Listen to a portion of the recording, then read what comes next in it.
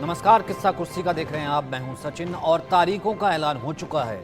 अब बारी है कि चेहरे कौन कौन से होंगे। सभी पार्टियां इसमें लगी हैं।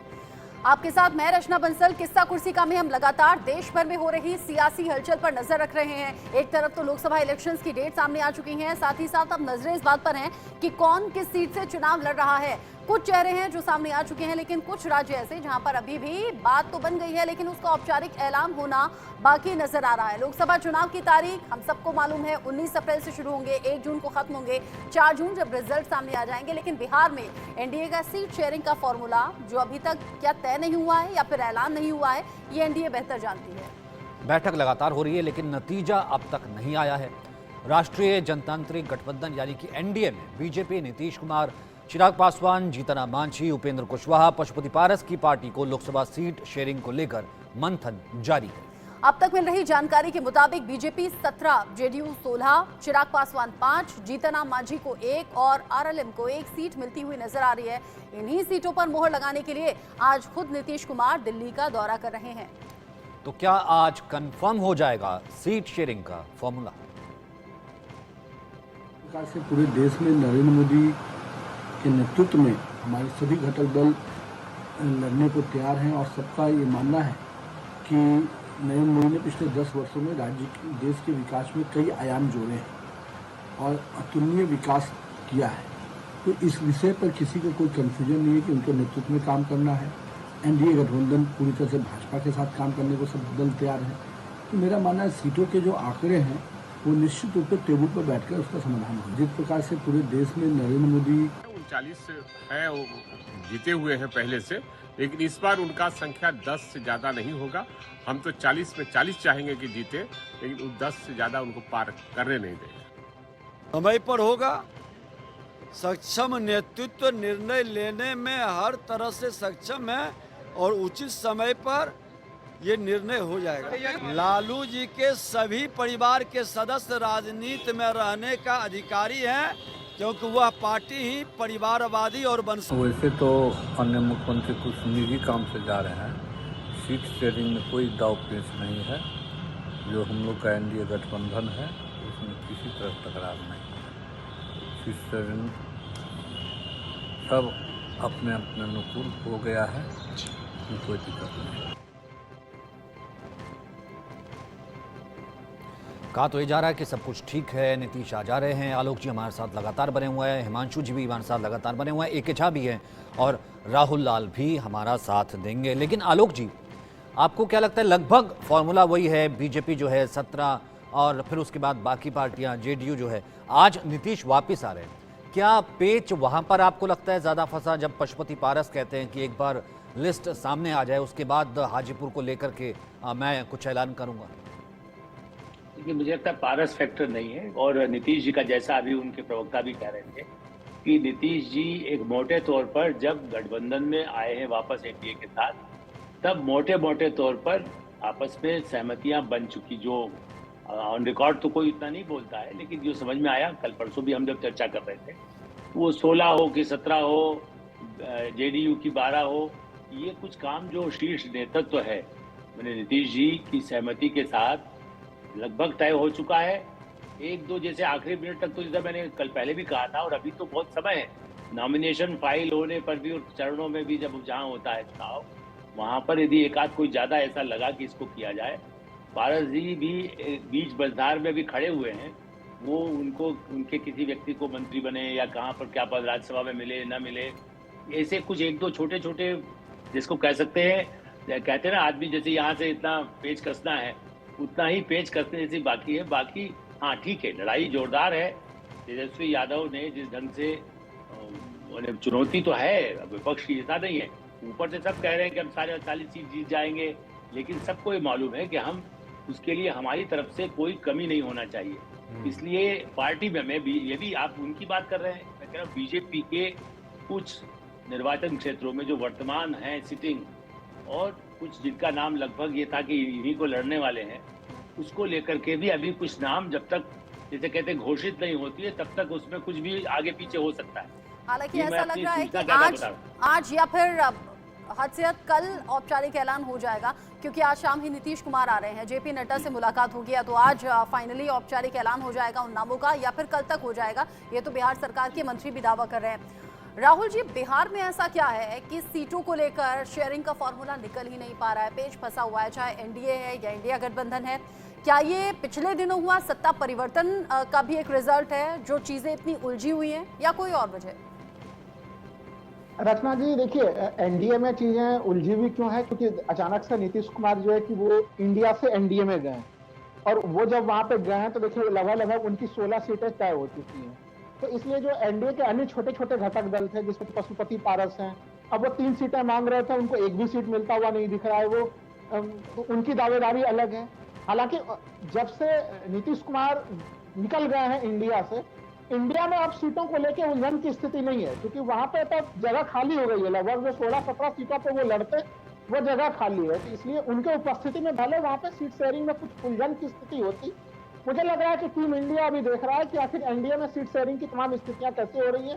उधर से घोषणा होने के बाद त्वरित तौर पर इंडिया गठबंधन की तरफ से घोषणा हो जाएगी, क्योंकि यहाँ से बड़ा जहाज यहाँ से निकल के दूसरे खेमे में गया है। तो इसलिए टीम इंडिया में सीटों को लेकर दिक्कत नहीं है। सबसे बड़ा चीज, जो बड़ी परेशानी है, पशुपति पारस के मामले को लेके है कि वो हाजीपुर सीट नहीं छोड़ना चाहते। वहां से पशुपति पारस इसमें सिटिंग सांसद हैं, और वो सीट पे जो है कि वो रामविलास पासवान काफी ज्यादा पुराने समय से हम लोग देखें तो वो पुराने समय से रचना जी जो है कि वो रिकॉर्ड बनाया जाता था।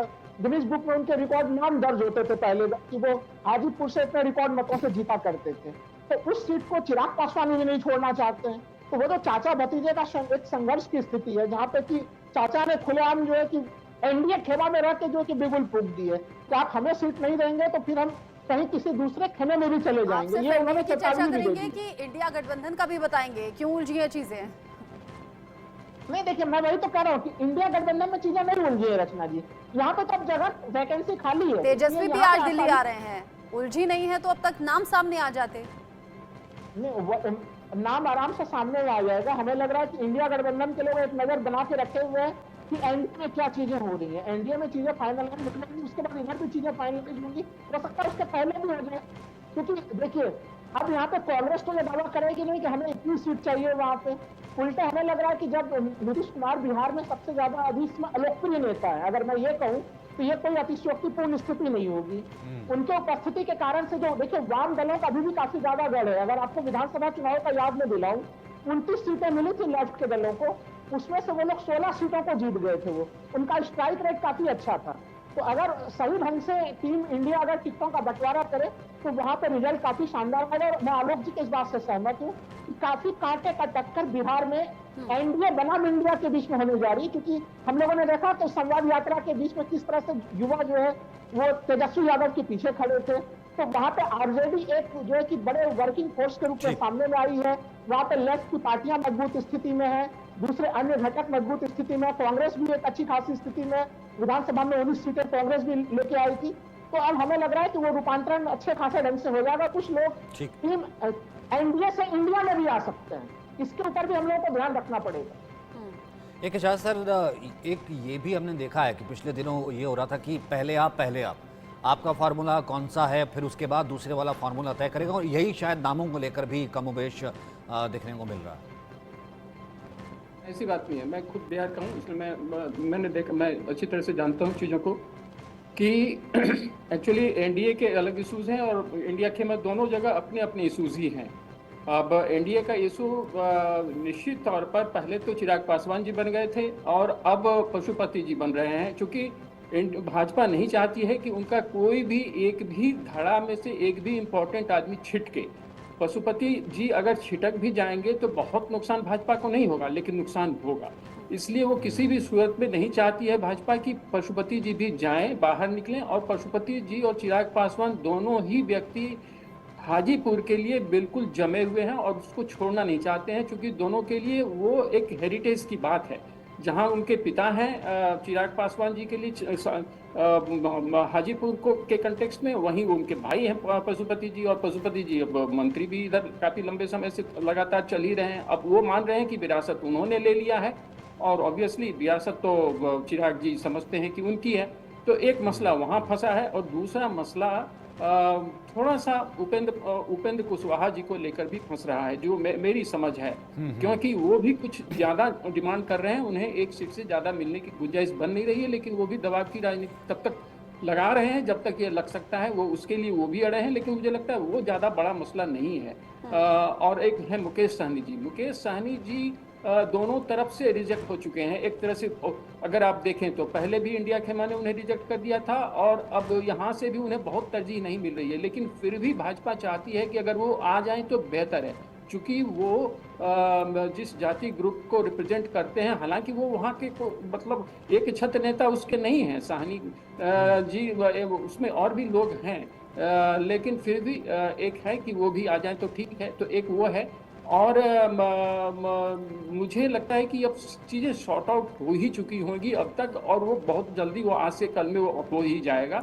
एक दो सीट के स्वैपिंग का मसला हो सकता है कि कौन सीट पर कौन लड़ेगा। मान लीजिए कि जो विनिंग सीट भाजपा और जनता दल यू दोनों विनिंग सीट ही लेना चाहेंगी अपने अपने हिस्से में। इंतजार तो हमें भी है कि एनडीए में और इंडिया में किस तरीके से सीट बंटवारे का फॉर्मूला तय होता है। हिमांशु जी, जब इलेक्शन कमीशन के जरिए प्रेस कॉन्फ्रेंस हुई थी, डेट्स डिक्लेयर हुई थी, तो जो मुख्य चुनाव आयुक्त हैं राजीव कुमार, वो शायराना अंदाज में नजर आए और उन्होंने शायराना अंदाज में कहा कि भाई जैसे जैसे चुनाव के नज़दीक अब तारीख आएगी वैसे वैसे एक दल से दूसरे दल में जाना ज़्यादा हो जाएगा, जैसा पिछले दिनों देखा गया है। यानी कि बिहार में जिस तरीके से सत्ता परिवर्तन हुआ उसका रेफरेंस भी उन्होंने दिया और शायराना अंदाज में कहा कि भाई आज जब आप दुश्मनी में हैं तो ऐसी गुंजाइश के साथ दुश्मनी कीजिए कि कल को अगर दोस्त हो जाए तो शर्मिंदा ना होना पड़े। अभी राहुल लाल ने भी अपनी बात रखते हुए अंत में ये कह दिया कि ऐसा लगता है कि इलेक्शन नजदीक आते आते एनडीए से इंडिया में जाने का जो अभी रुझान है वो नतीजों के तौर पर सामने आएगा, यानी कि एनडीए से छोड़कर अब जो नेता हैं वो इंडिया की तरफ जाएंगे। आपको भी ऐसा लग रहा है क्या? नहीं, मैं उससे थोड़ा उल्टा मानता हूँ। अच्छा, आपको लग रहा है इंडिया से एनडीए में जाएंगे? हाँ, एनडीए से इंडिया में जाएंगे और इंडिया से एनडीए में आएंगे, और वो ज्यादा करके कांग्रेस के, क्योंकि बात कहाँ आ गई है पता है? नीतीश कुमार और द सेंटर, फलक्रम जिसको बोलते हैं दोनों पार्टियों में, अभी वो फलक्रम एक बाजू चला गया, सेंटर एक बाजू चला गया, तो दूसरी बाजू जगह ही जगह हो गई। अभी जगह ही जगह हो गई तो आकांक्षाएं लोगों की बहुत बढ़ गई, अपेक्षाएं बहुत बढ़ गई। जो पॉलिटिकल पार्टी के खाली 18-19 एमएलए हैं, वो लोकसभा के अंदर 15-17 सीटें मांगने लगी। 11 पे तय होता है, ऐसी कुछ बात आ रही है, या 10 पे तय होता है। अभी 11 एमपीज और 18 एमएलए, कोई कंपैरिजन ही नहीं है। देखिए, जहां तक तेजस्वी यादव का सवाल है, उन्होंने 1.5-2 साल के अंदर अपना एक नाम खड़ा किया है, प्रस्थापित किया है, आरजेडी को फिर से खड़ा किया है। जो युवा उनके पीछे जाते हैं उससे पता चलता है। वैसे ही अगर हम देखें तो 2019 में चिराग पासवान अपने पिता की लीगेसी को, एलजेपी को बरकरार रखने में बहुत सक्षम साबित हुए थे, और चिराग पासवान के ऊपर हमेशा से प्रधानमंत्री का एक हाथ रहा है। उनके बॉडी लैंग्वेज से वो हमेशा देखा गया है। तो यहाँ पर मेरे लिए तो ये बहुत बहुत बहुत मायने रखेगा कि एक बाजू कितने कांग्रेस के लोग चुनाव आते आते छिटक छिटक के भाजपा के गठबंधन पे आएंगे, वो देखने वाली बात रहेगी। और दूसरी बात, यहाँ पर बिहार के अंदर जो स्थिति है, वहां पहले आप वाली बात मेरे हिसाब से तो हो रही है। दोनों पार्टी जानना चाहती है, दोनों खेमे जानना चाहते हैं कि आप कौन किसको खड़ा करते हैं। क्या आप लालू की ये बेटी को खड़ा करते हैं? क्या आप लालू के ये बेटे को खड़ा करते हैं? तो अच्छा ठीक है, हम इसके सामने इसको खड़ा करेंगे। वैसे ही वाइस वर्सा। तो ये चीजें बिहार के अंदर बहुत मायने रखती है, क्योंकि बिहार के अंदर के राजकारण को हम देखें तो वो देश के राजकारण से थोड़ा हटके होता है हमेशा।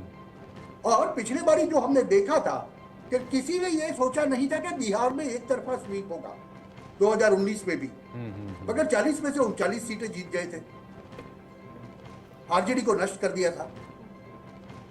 तो इस बारी तेजस्वी यादव वो ध्यान रखेंगे कि वो चीज न होने दे, और वो न होने देने के लिए क्या वहां पर 7 सीटें कम्युनिस्टों को दी जाए तो क्या वो 7 में से 5 भी जीत पाएंगे? क्या वो उतनी सक्षमता वो क्षेत्र के अंदर जीतने के लिए रखते हैं? वो चीजों का कयास भी इंडी गठबंधन को लगाना पड़ेगा। और ये सब चीजें जब हो रही हो तब अभी तो चुनाव 20 तारीख को तो फेज 1 का होगा, उसमें तो बिहार की बहुत गिनी चुनी सीटें हैं। जबकि दूसरी तरफ हम देखें तो तमिलनाडु में तो 39 की 39 सीटों में चुनाव होने वाला है और वहां भी भाजपा ने अपना लिस्ट नहीं जाहिर किया है। तो लोग रुक रहे हैं। भाजपा में तो नीति रही है कि अगर फॉर्म भरने की तारीख कल सुबह है तो आज रात को नाम प्रसिद्ध होते थे एक जमाने में।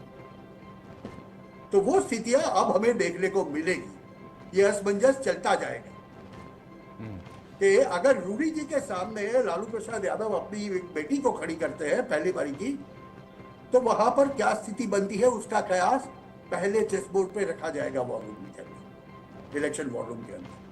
तो इस हिसाब से जब हम देखें तो मुझे ये ताज्जुब नहीं हो रहा है कि ये पेच फंसा हुआ है। हम लोग कहते हैं यस, पेच फंसा हुआ है कहीं ना कहीं, मगर सबको पता है कि आखिर में उनको वो सुलझाना है, क्योंकि अब जो अगर वो छोड़ के गए तो लोग उन्हें स्वीकारेंगे नहीं।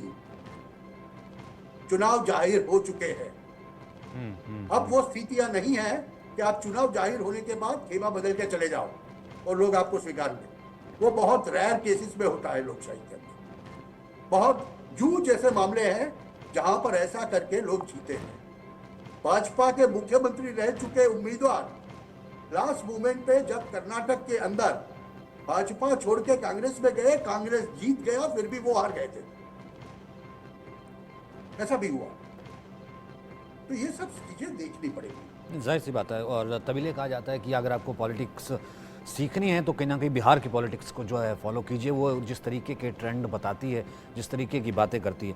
आलोक सर, इसीलिए वहाँ पर जो फ्रैक्शंस हैं उसका फ़र्क आसपास की सीटों पर बहुत ज़्यादा पड़ता है। भले वो हाजीपुर हो, 5 सीटों की बात हो रही है, कहा जा रहा है कि चिराग पासवान ने जो है जितनी मांगी थी, जितनी चाही थी, वो लगभग उनको मिल रही है। और जैसे एक फैक्टर अभी हिमांशु जी ने बोला कि लालू अपनी बेटी को कहाँ से, छपड़ा जैसे सामने आ रहा है कि वो किस तरीके से टिकट दिलवाते हैं या फिर टिकट देते हैं।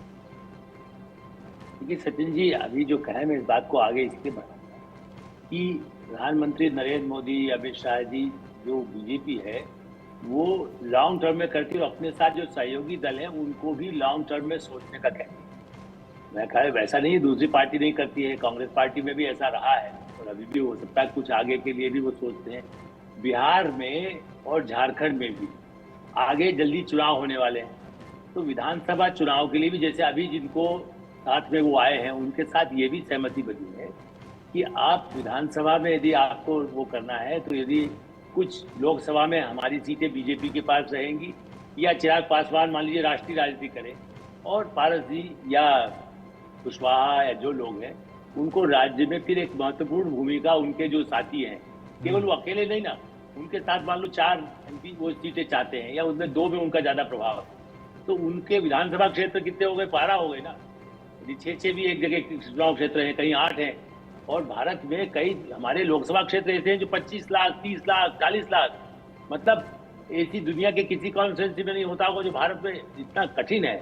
अभी इससे पहले भी सवाल था, लंबा चल रहा है, आप इससे पहले वाले से इसलिए भी चलना पड़ता है कि उम्मीदवार भी चाहता है कि मैं संपर्क कैसे करूंगा। 45 लाख लोग, 25 लाख लोगों के घर तक पहुंचने का दायित्व तो उसके वर्कर्स को होता है, इसलिए लंबा है। और घटकों को भी ये समझाया जा रहा है, समझा दिया गया भी है कि आप ठीक है, आप जैसे मान लीजिए एनसीपी अजित पवार, उनको वहां पर विधानसभा में क्या मिलेगा लाभ, जेडीयू को इनकी विधायकों को वहां पर एडजस्ट किया जाएगा जब विधानसभा के चुनाव आएंगे। इसका ही परिणाम पर और इसके लिए ही इस स्ट्रेटेजी के तहत काम हो रहा है। हमको आपको लगता है कि नहीं बता रहे हैं, या जो विरोधी होता है एक दूसरे को गाली दे रहा है कि वो तो नहीं बता पा रहा है। अरे भाई, वो आगे के लिए सोचते हैं, मैं खाली MP बन जाऊं, कल मेरा साथी सब जेल चले जाएं या कहीं और परेशानी में हो जाएं या उनको विधानसभा में भी न रहें। हम चाहेंगे कि वो उसके 5 साल बाद भी जीत के आए ना 2029 में भी, उसके लिए वो विधानसभा में अपने लोग चाहते हैं, किसी को किसी और पद के लिए चाहते हैं, किसी कारपोरेशन में रखना चाहते हैं, किसी नगर पालिका मेयर कर्पूरी ग्राम में ऐसे लोग हैं जो लड़ सकते हैं चुनाव समस्तीपुर से, लेकिन फिर भी उनको लगता है कि नहीं, हमें यहाँ अच्छा काम करना है कर्पूरी ठाकुर के नाम पर। कर्पूरी ठाकुर के पुत्र है ना ठाकुर, उसके बाद भी वो राज्यसभा में है, लेकिन उनके अपने लोग कैसे वहां पर काम कर सके जो कर्पूरी ठाकुर के सपनों को पूरा करें और पार्टी के सिद्धांतों को पूरा करें। वो बीजेपी के नहीं है, लेकिन फिर भी वो उनका बहुत अच्छा वो सम्मान करते हैं प्रधानमंत्री नरेंद्र मोदी का। तो इसलिए आपको ओपनली सारे तथ्य बता रहा हूँ। इसके पीछे मैं उन गाँव के लोगों से बात करके बता रहा हूँ कि वो चाहते हैं कि हमारे विकास हो और हमारे एमएलए बने, हमारा नगर पालिका का आदमी हमारा हो, जो आगे भ्रष्ट न हो, बेईमान न हो। आम जनता तो ये चाहती है आलोक सर कि विकास हो और उसी के आधार पर वो अपने मनपसंद कैंडिडेट को चुन पाए। लेकिन जैसे इससे पहले भी हम बात कर रहे थे कि भाई बिहार में अगर सीट शेयरिंग के फॉर्मूले में इतना टाइम लग रहा है, इतना टाइम टेकिंग ये प्रोसेस है, या फिर अभी ये सामने नहीं आ पाया एनडीए या इंडिया की तरफ से कौन कौन कैंडिडेट होंगे, तो ये एक बड़ा रीजन ये भी है कि सत्ता परिवर्तन जो अभी पिछले दिनों हुआ उसके बाद से लोग कंफ्यूज हैं कि भाई कौन से नेता को, कौन सी पार्टी को कैसे सपोर्ट करना है। लेकिन राहुल लाल जी, जिस तरीके से अभी चूंकि डेट्स डिक्लेयर हो चुकी हैं और बड़ी हलचल अभी सियासत में देखी जा रही है, जो बयान दिए जा रहे हैं उन बयानों को कैसे कैच करना है, कैसे अपने फेवर में लेना है, ये अब सभी राजनेताओं के जरिए होगा, क्योंकि चुनाव प्रचार का बिगुल अब तो सही मायनों में फूका जा चुका है हर पार्टी की तरफ से। ऐसे में इलेक्टोरल बॉन्ड की एंट्री हो गई है, उसको लेकर अलग अलग तरह के आरोप लग रहे हैं, भाई किस पार्टी को कितना चंदा गया, ये भी अभी चर्चा का विषय बना हुआ है। राहुल गांधी शक्ति की बात करते हैं तो यहाँ पीएम मोदी शक्ति को नारी से जोड़ देते हैं, कह देते हैं जी जान की बाजी लगा दूंगा मैं। अब जब इतनी हलचल है, इस सियासी हलचल में आम जनता क्या सोचे, क्या समझे, क्या थोड़ा कंफ्यूजन भी होता है दल बदल नेताओं के जरिए? दल बदल के नेताओं से कंफ्यूजन की स्थिति तो जरूर बनती है, लेकिन हमें लग रहा है कि कई बार जनता जो है कि वैसे नेताओं को बड़ी कठोरता के साथ सबक भी सिखाती है, और कई बार अगर उन नेताओं का प्रदर्शन अतीत में लंबे समय तक वो जनता के साथ जुड़ते हैं, काम करते हैं, तो फिर जनता एक तरह से माफ भी कर देती है। इसके दोनों तरह के उदाहरण हम लोगों को देखने के लिए मिलते हैं। तो इसलिए लेकिन जो मुद्दे हैं, देखिए जो तमाम मुद्दे इसमें उठ के आ रहे हैं, जैसे आपने इलेक्टोरल बॉन्ड की चर्चा की, अभी एक हलचल तो ये भी हो गई है, इलेक्शन कमीशन ने बड़ा एक्शन लिया है लोकसभा इलेक्शन से पहले, 6 राज्यों के गृह सचिव हटा दिए हैं, बंगाल के डीजीपी को हटा दिया है। मैं वही उन्हीं चीजों पे आ रहा हूँ कि देखिए इस समय कई तरह के मामले रहेंगे। अब चूंकि अब तो एक तरह से केयर टेकर सरकार है इसमें, और जो इलेक्शन कमीशन है वही सर्वोसर्वा है, उन्हें स्वतंत्र और निष्पक्ष चुनाव करानी है। तो अगर उन्हें किसी अधिकारी पे लगेगा कि वो स्वतंत्र और निष्पक्ष चुनाव में बाधा उत्पन्न कर सकता है तो उन्हें वो हटाएंगे, और उस हटाने के कड़ी में एक बड़े से निर्णय, बहुत सारे राज्यों के गृह सचिव भी उन्होंने हटाए, चाहे वो उत्तर प्रदेश के भी गृह सचिव को हटाना, बिहार के गृह सचिव को हटाना, वो उनके तरफ से एक्शन हो रहा है, वो होना भी चाहिए। लेकिन जो आपने सवाल पूछा था कि जैसे इलेक्टोरल बॉन्ड का मामला है, जिस तरह से चुनाव के सामने में ये चीजें सामने में आ रही हैं, और स्टेट बैंक ऑफ इंडिया जैसे पिछले सुनवाई में सुप्रीम कोर्ट ने बड़े कठोर निर्देश दिए थे कि आप वो जो इलेक्टोरल बॉन्ड्स के संख्या है, जो नंबर्स है उसमें यूनिक नंबर है, उन नंबर्स को आप जारी करें जिससे कि कड़ी जुड़ सके। आज तक आज भी जो है कि सुप्रीम कोर्ट में वो जारी नहीं हुआ, 21 मार्च तक दिया गया है। तो इनसे जो जानकारियां सामने में आएंगी, वो जानकारियां भी एक तरह से इस पूरे चुनाव का एक बहुत महत्वपूर्ण मुद्दा बना हुआ होगा। हो सकता है उसमें से कई मुद्दे टीम इंडिया के विरोध में जाए, कई आंकड़े जो है कि वो उसमें एनडीए के विरोध में जाएंगे। क्योंकि हम लोग देखिए फ्यूचर गेमिंग को लेकर चर्चा कर रहे थे सचिन जी लगातार, तो वो उसमें सबसे ज्यादा 1368 करोड़ रुपया दिए थे, लेकिन अब डीएमके के खुद के खुलासे में दिख रहा है कि 500 करोड़ रुपया लगभग जो है कि फ्यूचर गेमिंग से डीएमके को भी प्राप्त हुआ है। तो जब ये पेंडोरा बॉक्स और खुलेगा, इसके कई अलग अलग आयाम भी हम लोगों को दिखेंगे, और हमें लग रहा है इस चुनाव को काफी ज्यादा प्रभावित करेगा। एक चीज और कह दूं, देखिए बिहार को लेकर भी जो हम लोग बातचीत कर रहे थे कि हमें लग रहा है कि वहां पे कि जो इंडिया गठबंधन है वो किस तरह से समीकरण स्थापित करे, वो कांग्रेस को कितनी सीट दे, वो वामपंथी दलों को कितनी सीट दे, इसको लेके देखिए मैं मानता हूं कि वहां पे जो स्ट्राइक रेट विधानसभा चुनाव में हम लोगों ने देखा था, कांग्रेस की तुलना में कांग्रेस 67 सीटों पे लड़ी थी और 19 विधानसभा सीटों को वो जीत सकी थी, जबकि जो लेफ्ट के लोग हैं वो 29 सीटों पे लड़े थे, 16 जगह उन्हें सफलता मिली थी। तो उस दृष्टि से अगर जो तेजस्वी हैं, तमाम कांग्रेस के लोग हैं, हमें लग रहा है कि वहां पे लेफ्ट को इन्हें मौका देना चाहिए, कांग्रेस को अपने क्षमता से ज्यादा सीटों का उन्हें मांग नहीं करना चाहिए, और वहां पे तेजस्वी यादव को खुद जो है कि आरजेडी को ज्यादा सीटों पर लड़ना चाहिए। कुछ इस प्रकार की उनकी रणनीति होनी चाहिए, क्योंकि वो जिस तरह से वहां पे ध्रुव के कैडर में बने हुए हैं, अगर वहां पे ज्यादा सीटें, अगर कांग्रेस राष्ट्रीय पार्टी के रूप में ज्यादा सीट की मांग करेगी तो वो उसका रूपांतरण जीत के रूप में करा पाएगी, थोड़ा मुश्किल है। हालांकि पिछले बार एक ही सीट वहां पे विपक्षी खेलों को मिला था और वो कांग्रेस को मिला था, ये भी एक सच्चाई है, लेकिन वो कांग्रेस की एक सीट परंपरागत गढ़ वाली सीटें रही है। इसलिए इस चुनाव में कभी बहुत तरह के मुद्दे यहाँ पे हम लोग को रचना जी देखने के लिए मिलेगा भी। अब जिसका जिक्र अभी किया रचना ने भी, विकास और जनता जो है वोट देती है, एक इच्छा साहब, लेकिन अब भी बिहार जिस मुहाने पर खड़ा है, मतलब जाति जो है वो और परिवार, ये दो अब भी सबसे बड़ी सच्चाई है। देखिए, मेरे विचार थोड़े से अलग हैं। जातीय तो पूरा बिहार की ही बात नहीं, वैसे बिहार बदनाम जरूर है, लेकिन तमिलनाडु तक आप चले जाइएगा और आप कहीं भी चले जाइए, हर जगह जाति है, और बगैर जाति के इस देश में कहीं कोई कुछ राजनीति वहाँ होती नहीं है। ठीक है, बिहार बराबर टॉस में रहता है कि जाति की बात वहाँ होती है, लेकिन हर जगह है, वो तो है ही है, अपनी जगह है। लेकिन अगर यही होता तो मोदी जी कभी भी भारत के प्रधानमंत्री नहीं बन पाते। एक बात मानना पड़ेगा कि ये सब चीजें सुपरसीडेड हो जाती हैं जब कोई टॉप लीडर आ जाता है और जिसमें लोगों को कॉन्फिडेंस हो जाता है, तो बाकी ये सब जो फैक्टर्स हैं ना, ये सब सुपरसीडेड हो जाती हैं। सारी जातीय अवधारणाएं, सारे ये इलेक्ट्रल बॉन्ड वगैरह जो कह रहे हैं ना हमारे मित्र, ये सब कोई मायने नहीं रखते हैं। इसके बाद लोग सीधे वोट देंगे। अगर यह भी आ जाए कि सारे के सारे इलेक्ट्रल वोट भाजपा के खाते में गए हैं, तो भी भाजपा ही ले जाएगी। लोग इसलिए ले जाएगी कि उनको नरेंद्र मोदी जी पर विश्वास है। ये मेरा अपना एनालिसिस है, बहुत सारे लोग इससे अलग विचार रख सकते हैं, परंतु मैं ये मानता हूं कि लोग जितना सरल हैं, ये पॉलिटिकल पार्टियां समझ नहीं पाती हैं, उनके लीडरान समझ नहीं पाते हैं, क्योंकि उन्हें पता होता है जनता को कि हमारे लिए, देखिए, देश का प्राइड कितना इम्पोर्टेंट है वो बहुत एलिट वर्ग वाले लोग नहीं समझ पाते हैं, लेकिन आम जनता के लिए देश का प्राइड बहुत इम्पोर्टेंट है। भले ही वो भूखे खाएगा, भूखे सोएगा, लेकिन देश का प्राइड। आप देखें, जब वो बिपिन रावत जी जब मरे, उनका जब एक्सीडेंट हुआ था, तो उस केरल में, उस तमिलनाडु में जब उनका निकल रहा था, तो क्या बात उठी थी। मतलब गांव में सारे लोग वणक्कम, क्या वीर वणक्कम, इस तरह से। तो जो, और वो चीज नरेंद्र मोदी जी ने दे दिया है लोगों को, वो खुराक दे दिया है, नेशन के प्राइड का खुराक दे दिया है। एक दूसरी बात, इसमें कोई दो राय नहीं है कि जहाँ पीएम मोदी जाते हैं दौरे पर, वहाँ फूलों की बारिश भी होती है, लोग पलके बिछाए खड़े भी होते हैं, घंटों पहले से इंतजार भी कर रहे होते हैं। और एक आपने बड़ी बात कह दी, आपने कहा है कि जो इलेक्टोरल बॉन्ड से जुड़ी हुई जानकारी आई है, बीजेपी को सबसे ज्यादा चंदा गया है, बावजूद इसके कोई फर्क नहीं पड़ने वाला और बीजेपी को सबसे ज्यादा वोट मिलने वाले हैं। इस पर आगे हिमांशु जी का भी रिएक्शन लेंगे, लेकिन आप सभी रहिएगा हमारे साथ। एक बहुत छोटे से ब्रेक का वक्त यहाँ पर हो गया है। ब्रेक के उस पार भी खबरें जारी हैं, कहीं मत जाइएगा।